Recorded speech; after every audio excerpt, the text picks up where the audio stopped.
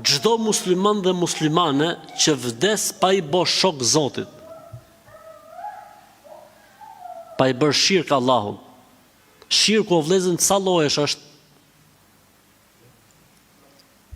i madh që të qitë prej feje, i vogël që nuk del prej feje po ke bërë gjën më të rëndë që mund të ekzistojë, dhe i fshehur që ky futet tek i vogli, po mund shkojë shirku i fshehur deri në shirk të madh. Shirku i madh të besosh se është dikush si Zoti, apo dikush mund të bëjë atë që bën Zoti, apo dikush meriton atë që i takon Zotit, apo dikush mund të ngjajë, apo mund të jetë i ngjashëm, apo mund të ketë atributa apo cilësi të Zotit kështu me radhë.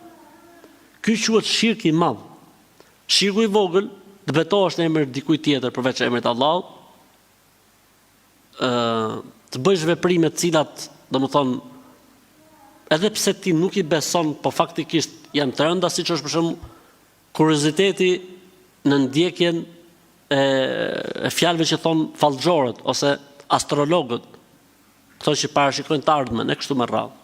Është një lloj shirku, pse se gajbin kush e din? Vetëm Allahu, po unë nuk e besoj, po thjesht për ky kurioziteti është problem shumë i madh. Dhe shirku i fshehtë, cili është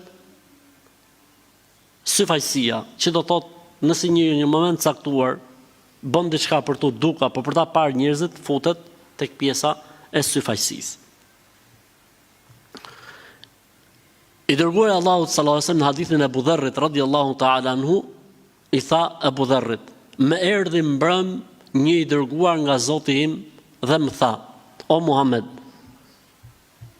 përgëzoje çdo njeri që vdes nga ummeti yt që nuk i bën shok Zotit, se do të jetë prej banorëve të xhenetit."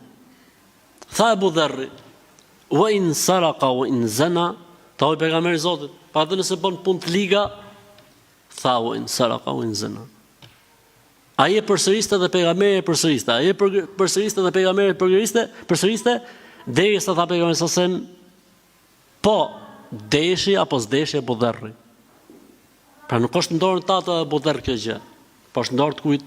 Në dorë të Zotit. Dhe normalisht ky hadith kuptohet ose duhet të interpretuar me kuptimin që këta njerëz e meritojnë xhenetin, por nuk është të thënë që të futen në xhenet me pejgamberët apo të futen në xhenet me dëshmorët, pa kaluar si sfidë dhe sprov për sprovave të ditës kiametit. Bëhet fjalë që këta njerëz do të jenë në xhenet, po se kur Allahu alem.